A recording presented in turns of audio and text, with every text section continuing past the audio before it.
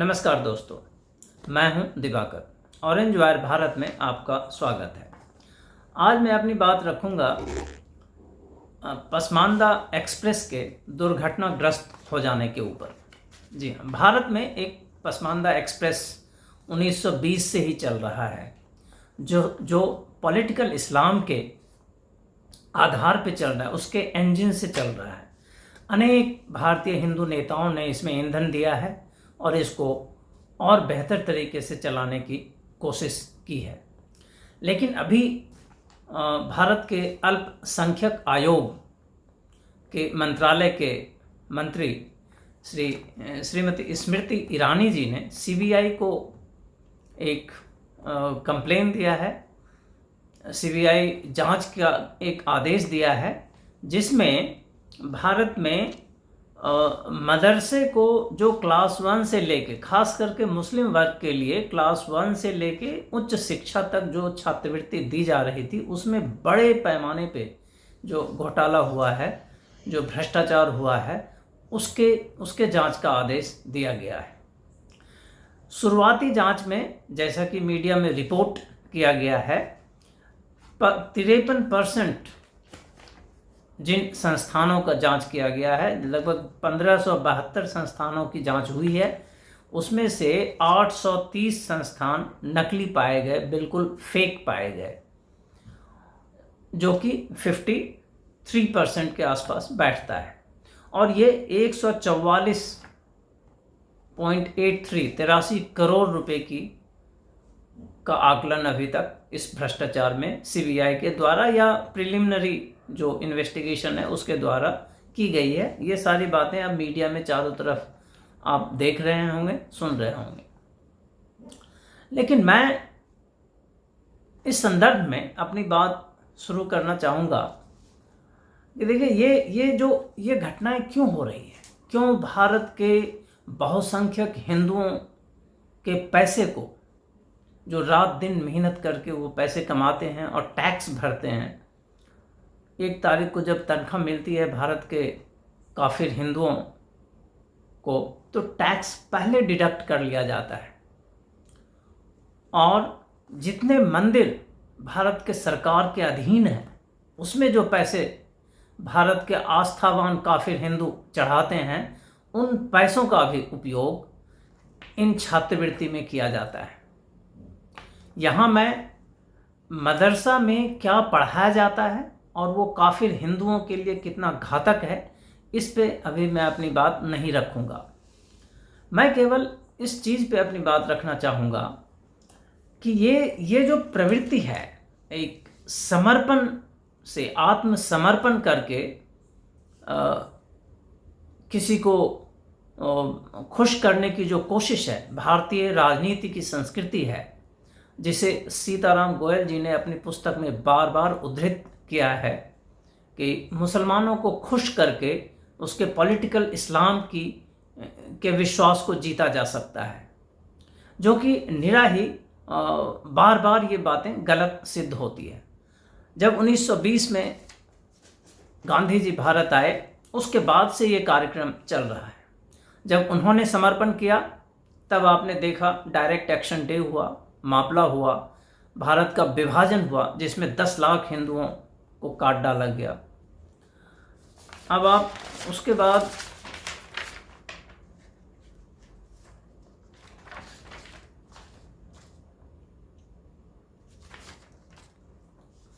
जब देश आज़ाद हो गया,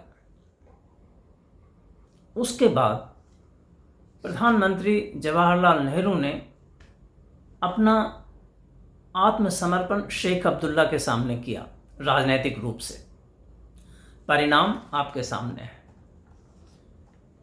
कश्मीर पूरी तरह से भारतीय संविधान के भीतर, भारत की धरती पे एक इस्लामिक राज्य बन गया और वहाँ से 7 लाख कश्मीरी हिंदुओं को, जो सरकारी डेटा है, बेदखल कर दिया गया, उसे वहाँ से निकाल दिया गया।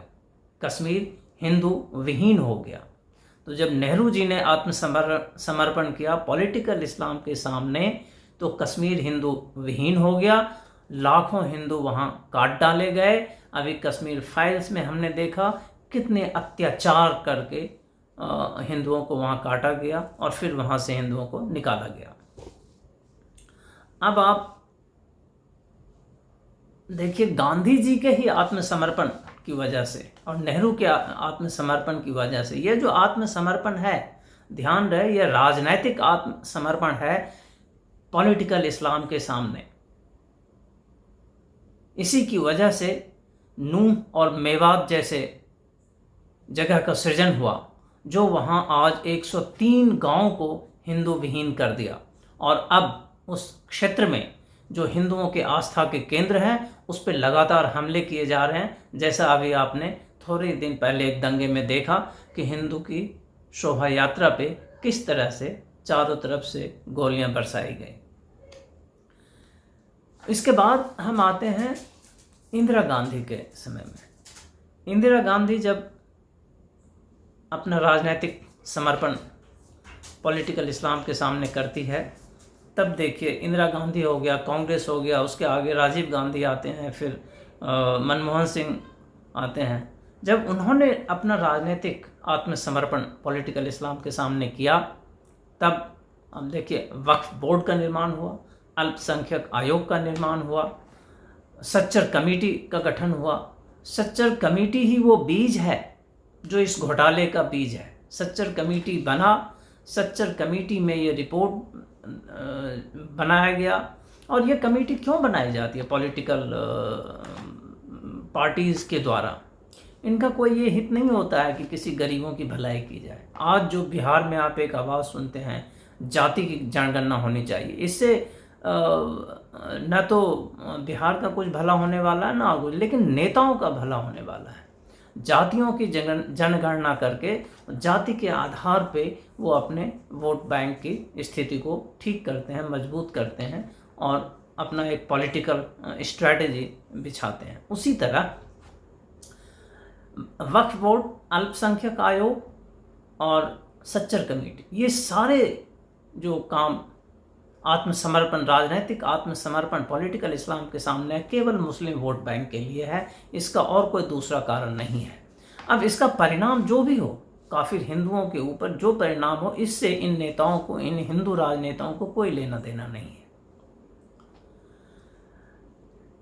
इसके बाद अब देखिए, ये जब बन गया, सच्चर कमेटी ही इसका बीज है। आज जो 144.83 करोड़ का ये घोटाला है, भ्रष्टाचार है मदरसा के थ्रू, ये सच्चर कमेटी इसका बीज है। सच्चर कमेटी ने कहा कि बहुत सारे पसमानदा मुसलमान जो हैं उनको बहुत बुरी हालात में हैं, तो आनन फानन में एक स्कॉलरशिप की स्कीम शुरू की गई मनमोहन सिंह जी द्वारा 2007-8 में। और जब मोदी जी आए, तो ये मोदी जी वही हिंदू राजनेता हैं जिन्होंने अपने कार्यकाल में, जब वो मुख्यमंत्री थे, तब वो इस आयोग का विरोध करते थे, लेकिन जब केंद्र में आ गए तो इन्होंने उस सच्चर कमेटी को पूरी तरह से लागू कर दिया। और लागू करने का परिणाम ये हुआ, 2007 से लेकर 2023 तक इतनी तेज गति से लागू किया कि अब जाके ये पता चल रहा है कि बहुत सारे फर्जी मदरसे और बहुत सारे फर्जी स्टूडेंट्स के नाम पे केंद्र सरकार से ये पैसे लिए गए और खा गए। भ्रष्टाचार उसमें हो गया।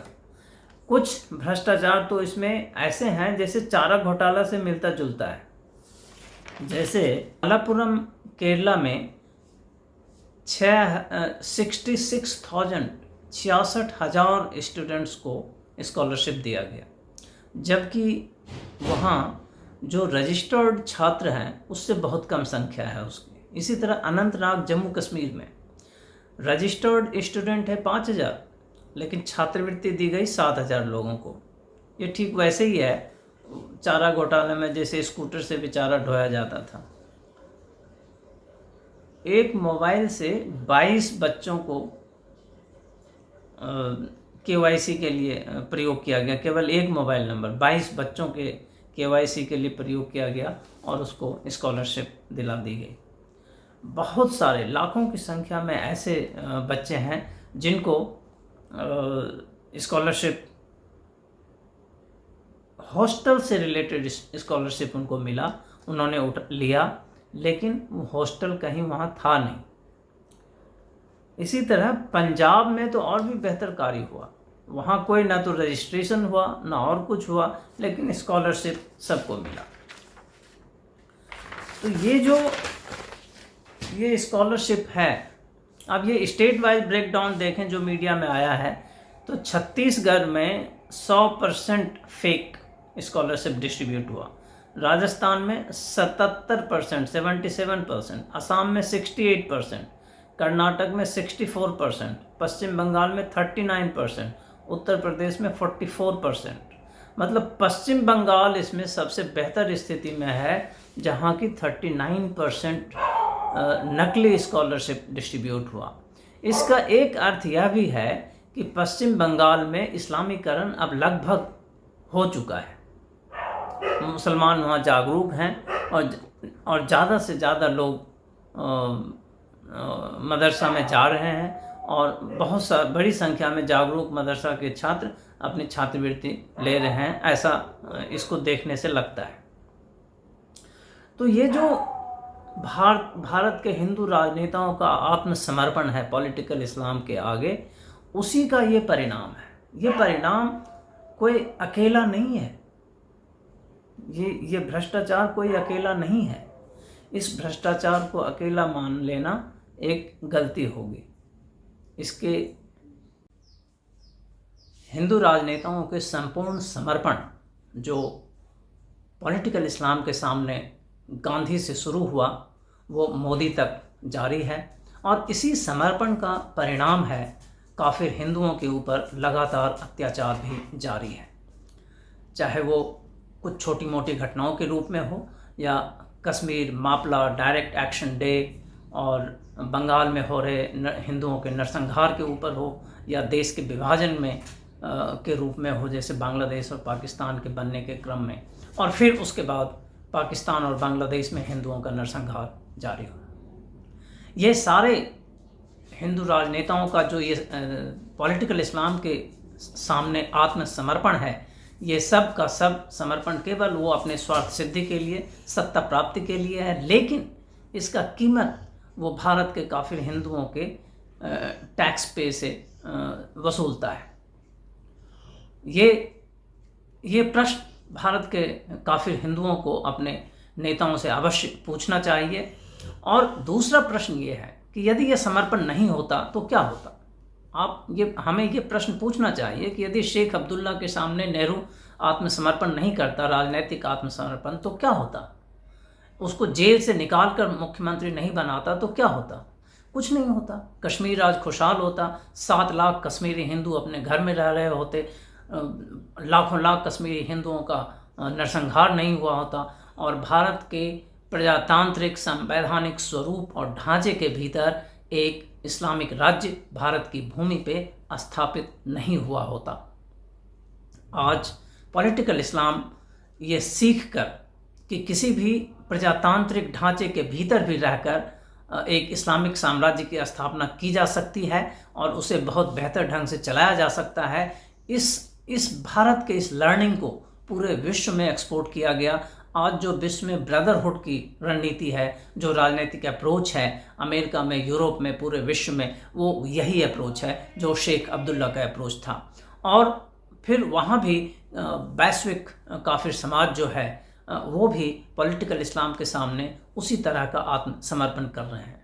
इस समर्पण को भले ही वह अपने मॉरल फ्रेमवर्क में डालकर देखते हैं और वो खुश होते हैं कि मैं एक न्याय संगत व्यवस्था का अंग हूँ और न्याय संगत कार्य कर रहा हूँ, लेकिन ये ऐसा भ्रम उसे इसलिए होता है कि वो पॉलिटिकल इस्लाम की ताकत और उसकी परिणति जो सामने है उसे पहचानने से इनकार करता है। तो भारत के हिंदू काफिरों को इस बारे में जानकारी अवश्य होनी चाहिए। और ये जानकारी कहाँ से आएगी? ये जानकारी केवल और केवल पॉलिटिकल इस्लाम के गूढ़तम और बारीकियों को स्वयं से अध्ययन करने और उसके बारे में विचार करने और उसे व्यवहार से जोड़कर देखने की ज़रूरत है, और उसी से ये जानकारी आपको हासिल होगी। और फिर जो ताकत पैदा होगा उससे आप अपने काफिर हिंदू नेताओं से प्रश्न पूछ सकते हैं। जब तक ये प्रश्न आप नहीं पूछेंगे, इसी तरह आपके टैक्स के पैसे वहाँ जाते रहेंगे जहाँ से आपके जीवन को भी खतरा लगातार उत्पन्न होता रहा है और आगे भी होता रहेगा। इस अंक में इतना ही दोस्तों, धन्यवाद।